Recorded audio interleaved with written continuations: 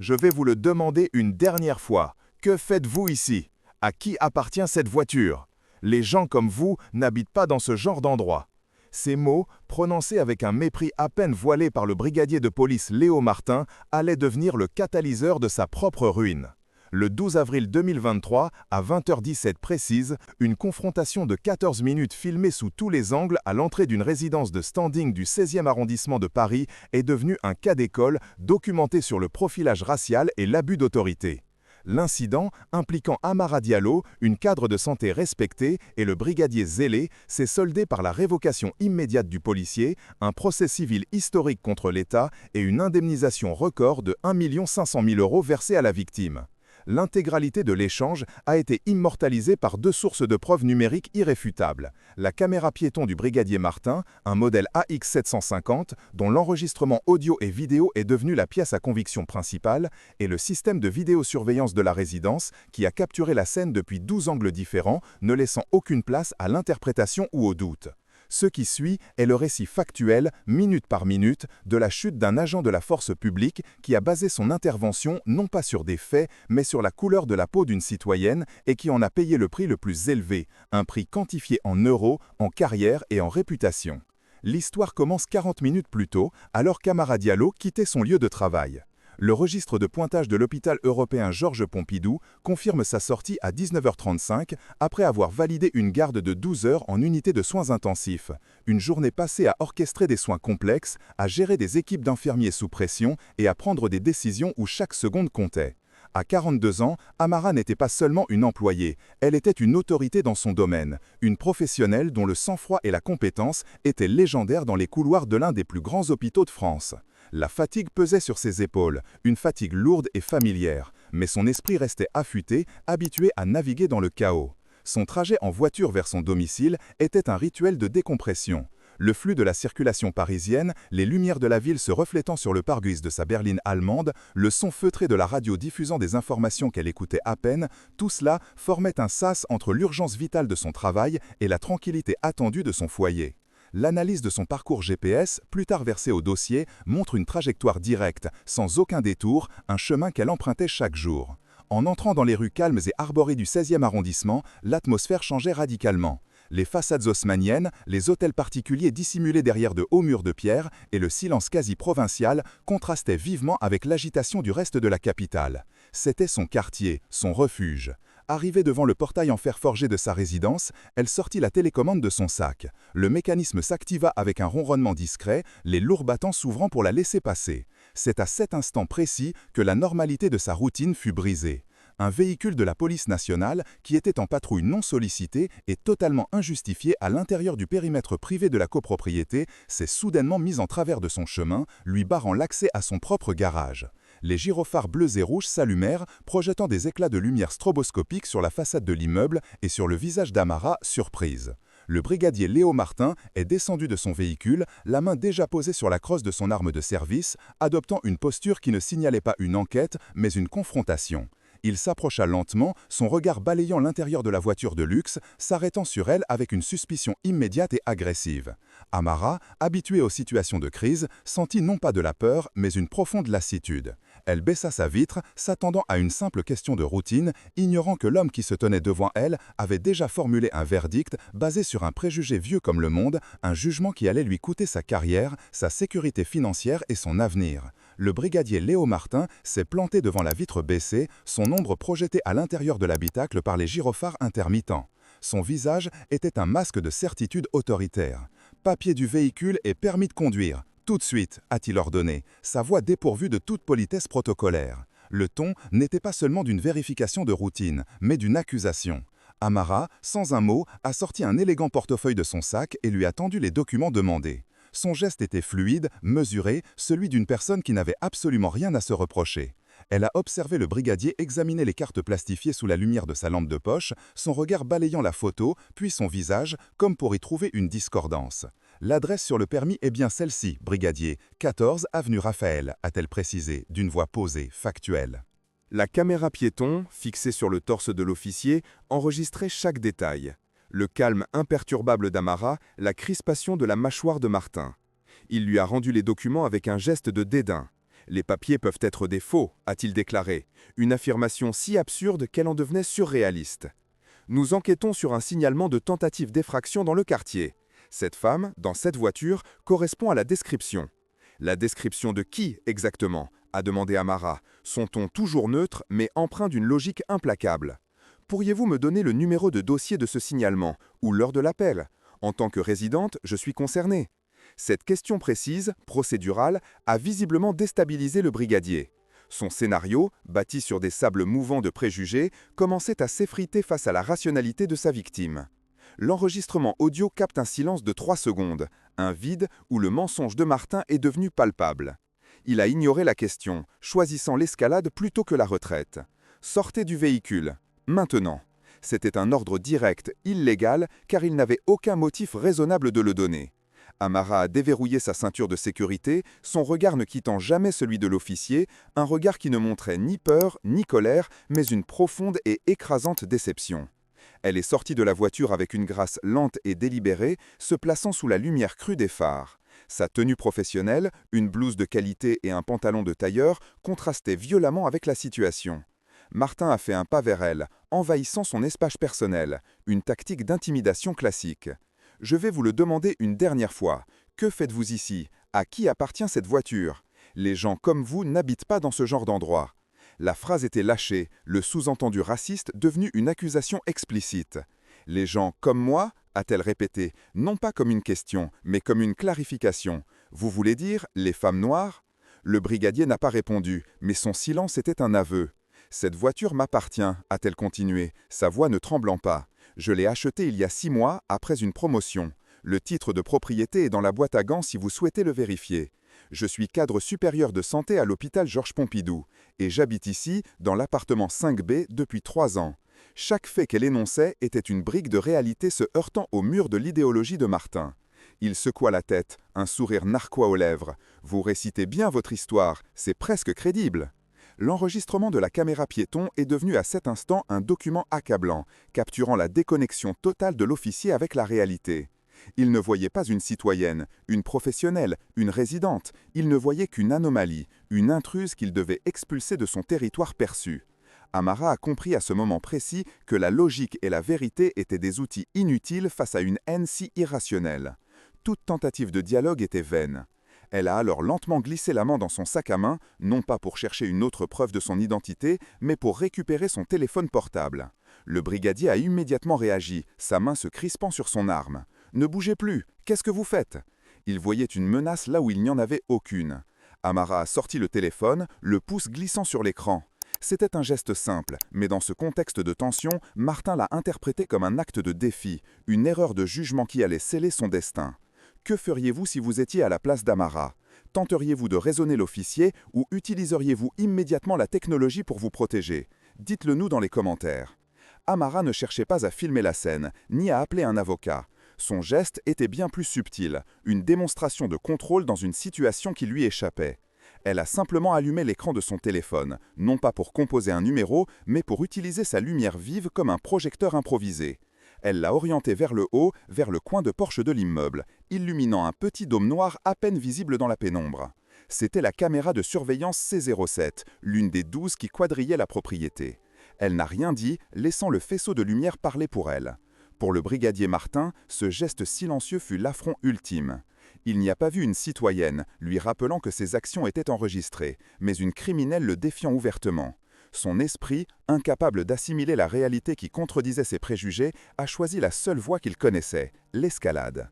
Il a interprété la compétence et le calme d'Amara, non pas comme des signes d'innocence, mais comme la froide assurance d'une personne habituée à mentir aux autorités. « Vous croyez me faire peur avec vos caméras ?» a-t-il craché, sa voix se brisant sous le poids de sa propre fureur. « On va voir qui a le dernier mot. » Il a décroché sa radio de son épaule, un geste théâtral destiné à l'intimider. Ce qu'il ignorait, c'est que son propre enregistrement audio, couplé au flux vidéo de la résidence, venait de transformer cette confrontation en un dossier d'instruction à charge contre lui-même. La caméra piéton a capturé le son clair de sa voix s'adressant au central. Ici, Victor Lima, 22, demande assistance immédiate au 14 avenue Raphaël. Individu féminin non coopératif, refus d'obtempérer, potentiellement impliqué dans une tentative d'effraction. La personne est agressive et refuse de s'identifier. Chaque mot était un mensonge, une fabrication destinée à justifier l'injustifiable, une distorsion de la réalité si flagrante que l'enregistrement audio seul suffisait à prouver la faute grave. Il venait de créer un rapport officiel frauduleux, un acte qui, dans le code de déontologie de la police, est l'une des fautes les plus lourdes. Il avait franchi le point de non-retour. Une voix neutre et métallique a répondu par la radio. « Bien reçu, Victor Lima 22. Un équipage est en route. ETA, 3 minutes. » Le brigadier Martin a raccroché sa radio, un rictus de triomphe déformant ses lèvres. Il était persuadé d'avoir gagné, d'avoir maté cette femme qui osait lui tenir tête. Il ne réalisait pas qu'il venait d'appeler ses propres bourreaux. La palle était terminée. Les renforts étaient en route. Les 3 minutes annoncées par la radio se sont étirées dans un silence pesant, un intervalle de temps où le brigadier Léo Martin se sentait maître absolu de la situation. Il se tenait droit, le menton levé, savourant ce qu'il percevait comme une victoire totale. Dans son esprit, le scénario était déjà écrit. L'arrivée imminente de ses collègues, la femme récalcitrante finalement maîtrisée, menottée, emmenée au poste pour vérification.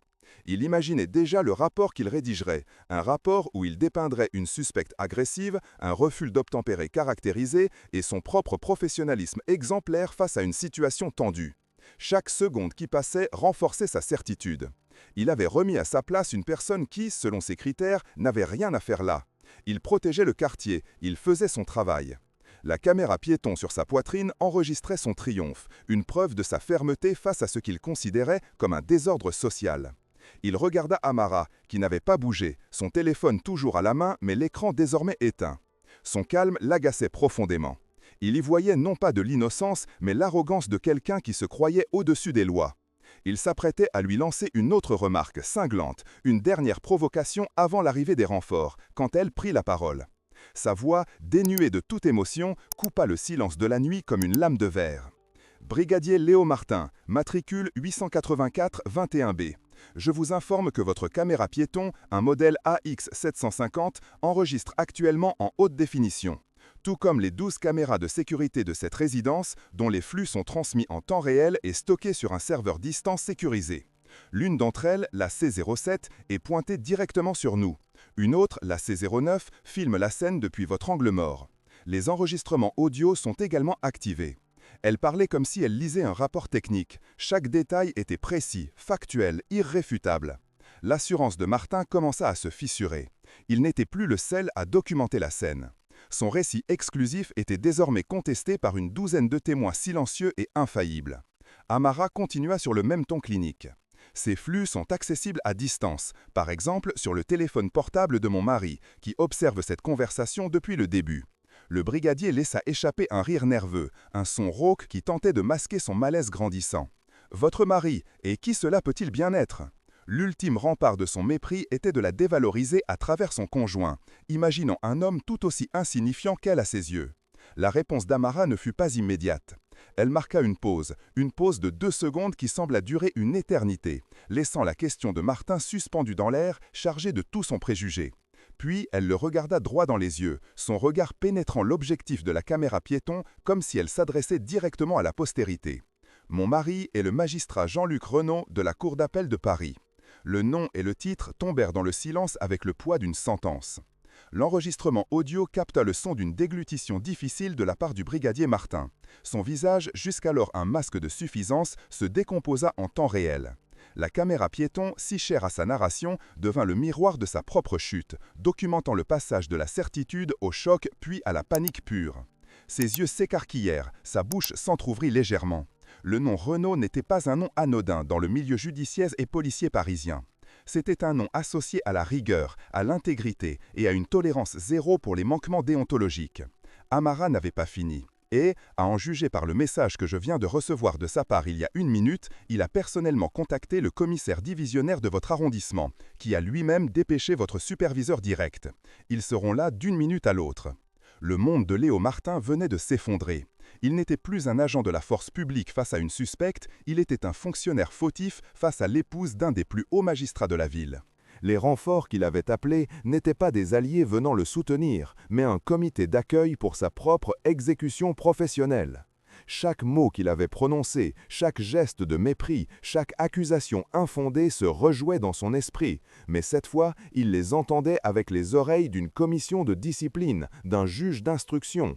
L'expression « les gens comme vous » résonnait comme le clou final de son cercueil. Il sentit une sueur froide perler sur son front et couler le long de ses tempes.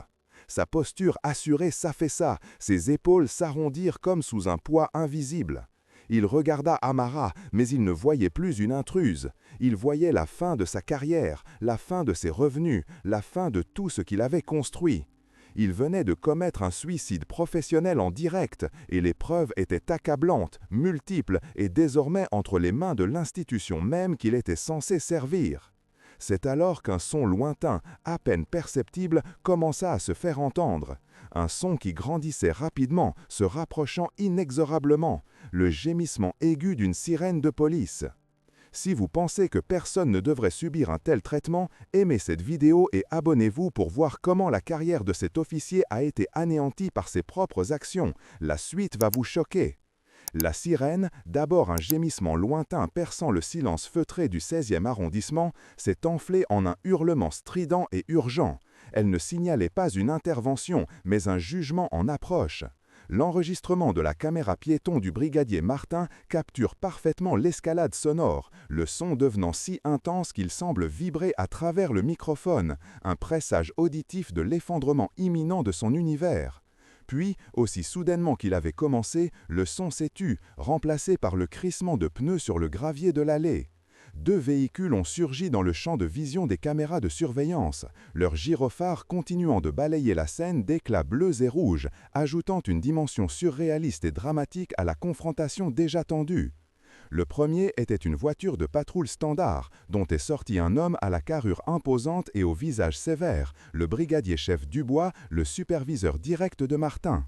Son regard balayait la scène, cherchant à comprendre la raison d'un appel aussi inhabituel dans ce quartier d'ordinaire si calme. Mais ce n'est pas lui qui a capté l'attention, c'est le second véhicule, une berline banalisée aux vitres teintées, qui a redéfini instantanément la dynamique du pouvoir. La portière s'est ouverte et en est descendu un homme en costume sombre, d'une élégance sobre et d'une prestance qui commandait le respect avant même qu'il m'ait prononcé un mot. C'était le magistrat Jean-Luc Renaud. Il n'a pas regardé les policiers. Son premier geste, capturé avec une clarté parfaite par la caméra C0 positionnée sur le flanc de l'immeuble, a été de se diriger directement vers sa femme, Amara. Il a posé une main rassurante sur son épaule, leurs regards se croisant dans un échange silencieux qui en disait long sur leur complicité et leur force commune. Pendant ce temps, le brigadier-chef Dubois a figé sur place. L'enregistrement de sa propre caméra piéton, qui serait plus tard versé au dossier, montre le moment exact où ses yeux ont reconnu le magistrat. Son expression est passée de l'interrogation professionnelle à une alarme à peine contenue. Sa posture s'est redressée, ses mains sont sorties de ses poches, un signe de déférence quasi militaire. Il a fait quelques pas rapides, non pas vers son subordonné, mais vers le couple. « Monsieur le magistrat », a-t-il dit, sa voix soudainement respectueuse, presque soumise. « Est-ce que tout va bien ?» Jean-Luc Renaud a tourné la tête lentement vers lui, son visage une étude de calme glacial. « Non, brigadier-chef, tout ne va pas bien. Mon épouse, Madame Diallo, propriétaire de cet appartement, a été illégalement empêchée de rentrer chez elle et a été harcelée pendant près d'un quart d'heure par votre agent, ici présent. » Le magistrat a fait un geste de la tête en direction de Léo Martin, qui se tenait comme pétrifié, son visage d'une pâleur cadavérique sous les lumières stroboscopiques. Dubois a suivi le regard du magistrat et a posé les yeux sur son subordonné. Pour la première fois, il a semblé voir la scène non pas comme un simple contrôle qui aurait mal tourné, mais comme une faute professionnelle monumentale, une bombe à retardement qui venait d'exploser au cœur de son unité. Il a compris que la présence du magistrat n'était pas une coïncidence, c'était une sentence. Le système qu'il représentait venait de se retourner contre l'un des siens et la validation de l'erreur catastrophique de Martin était désormais publique, officielle et sans appel. Dubois savait que chaque seconde de son inaction future serait interprétée comme une complicité. Le brigadier-chef Dubois a marché vers Léo Martin. Chaque pas était lourd, mesuré, comme ceux d'un bourreau s'approchant de l'échafaud. L'enregistrement de la caméra piéton de Martin, toujours active, est devenu le document le plus intime de sa propre humiliation. On y voit le visage de son supérieur s'approcher, les traits tirés par une colère froide et une déception professionnelle totale. Il n'y avait aucun cri, aucune réprimande véhémente. La destruction de la carrière de Martin s'est faite avec le calme chirurgical d'une procédure administrative. Brigadier Martin, a commencé Dubois d'une voix basse et tranchante, dénuée de toute émotion. Votre service est terminé pour ce soir. Vous allez me remettre votre arme de service, votre insigne et votre carte professionnelle, immédiatement. Le silence qui a suivi a été absolu, seulement brisé par le bourdonnement lointain de la ville. Pour un policier, ces mots sont l'équivalent d'une exécution publique. La caméra a capturé le tremblement des mains de Martin alors qu'il déboutonnait maladroitement son étui. Le pistolet Sig Sauer, symbole de son autorité quelques minutes plus tôt, est devenu un poids mort et honteux. Il l'a tendu à Dubois, qui l'a pris avec un geste sec et l'a immédiatement sécurisé. Ensuite, ce fut le tour de l'insigne. Martin a dû se battre avec la tâche, ses doigts engourdis par le choc. La plaque de métal brillante, qu'il avait polie chaque matin avec fierté, lui a été arrachée de la poitrine. Enfin, il a sorti son portefeuille pour en extraire la carte tricolore qui le définissait comme un agent de la force publique. En la remettant à son supérieur, il remettait symboliquement toute son identité, toute sa vie. Dubois a rangé le tout sans un regard pour l'homme brisé qui se tenait devant lui. « Vous allez maintenant monter à l'arrière de mon véhicule de service », a-t-il poursuivi sur le même ton implacable. « Vous ne parlerez à personne, vous ne toucherez à rien. Vous attendrez qu'une équipe de l'inspection générale de la police nationale vienne vous chercher directement au commissariat, parce que c'est clair. » Le mot IGPN a résonné dans l'esprit de Martin comme un coup de grâce. Il ne s'agissait plus d'une simple mise à pied ou d'une enquête disciplinaire. L'IGPN signifiait la fin. Cela signifiait des poursuites pénales, la révocation, la ruine. Il a hoché la tête, incapable de formuler une réponse. Alors qu'il se tournait pour marcher vers la voiture de patrouille, son regard a croisé celui d'Amara. Elle le regardait, non pas avec triomphe, mais avec une sorte de gravité distante, comme une scientifique observant le résultat inévitable d'une expérience. Cette absence de haine était presque plus accablante que n'importe quelle insulte. Il n'était plus un adversaire, il n'était même plus un problème. Il était déjà une archive, une note de bas de page dans un rapport d'incident. En montant à l'arrière du véhicule, le mécanisme de la portière se refermant sur lui avec un bruit sourd et final, Martin a compris que ce n'était pas une simple suspension. C'était le premier acte d'un démantèlement méthodique de toute son existence, et chaque seconde avait été méticuleusement documentée pour le procès à venir. La descente aux enfers de Léo Martin ne fut pas une longue et lente agonie, mais une exécution administrative, clinique et d'une rapidité foudroyante. Dès le lendemain matin, à 9 heures précises, il fut convoqué dans les locaux de l'inspection générale de la police nationale, un bâtiment gris et anonyme où les carrières venaient mourir. L'entretien, qui ne dura que 27 minutes, fut moins un interrogatoire qu'une simple formalité de notification. Sur la table de la salle d'interrogatoire, un ordinateur portable diffusait en boucle et sur un écran partagé les 14 minutes de l'incident, capturées simultanément par sa propre caméra piéton et par la caméra de surveillance C07 de la résidence.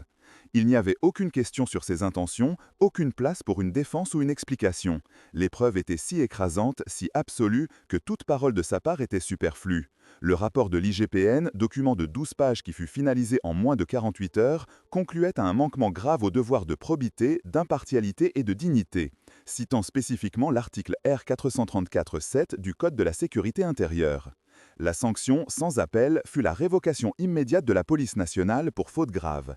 Cette décision le privait non seulement de son salaire annuel de 38 500 €, mais anéantissait également ses 15 années de service, effaçant toute prétention à une pension de retraite. Du jour au lendemain, il est passé du statut de fonctionnaire protégé à celui de citoyen sans emploi et sans avenir professionnel. Mais la ruine administrative n'était que le début. L'action civile, menée par un cabinet d'avocats de premier plan engagé par Amara Diallo et Jean-Luc Renaud, a visé non pas Martin lui-même, mais l'État, tenu pour responsable des agissements de ses agents. Face à un dossier étayé par des preuves vidéo irréfutables et la perspective d'un procès public dévastateur pour l'image de la police, l'agent judiciaire de l'État a rapidement opté pour une procédure de transaction afin d'éviter un verdict potentiellement encore plus lourd et une jurisprudence embarrassante. Le montant de la transaction, négocié en moins d'un mois, a été fixé à la somme record de 1 500 000 €. Ce chiffre n'était pas arbitraire. Il a été calculé pour couvrir le préjudice moral exceptionnel, l'atteinte à la dignité, la violation flagrante des droits fondamentaux et le caractère discriminatoire de l'acte, créant un précédent financier destiné à servir d'avertissement. Sur le plan pénal, une plainte pour discrimination raciale et abus d'autorité a été déposée par le procureur de la République, une procédure rendue inévitable par le statut du conjoint de la victime. Clarté des preuves. L'affaire est toujours en cours, mais les experts juridiques s'accordent à dire qu'une condamnation, même avec sursis, est quasi certaine, ce qui inscrirait son nom au casier judiciaire et scellerait définitivement son ostracisme professionnel. En quelques semaines, Léo Martin a tout perdu. Son nom, autrefois synonyme d'autorité, est devenu une anecdote honteuse dans les couloirs des commissariats. Un cas d'école de ce qu'il ne faut jamais faire. Il a dû vendre son appartement en banlieue pour couvrir ses frais de justice et ses dettes croissantes. Ses anciens collègues ne répondaient plus à ses appels, le considérant comme une paria qui avait trahi l'uniforme. Pendant ce temps, la vie d'Amara Diallo a repris son cours, imperturbable. Elle a continué à diriger son service à l'hôpital Georges Pompidou avec la même compétence et le même sang-froid qu'il avait défini lors de cette soirée d'avril. Son autorité n'a jamais été remise en question.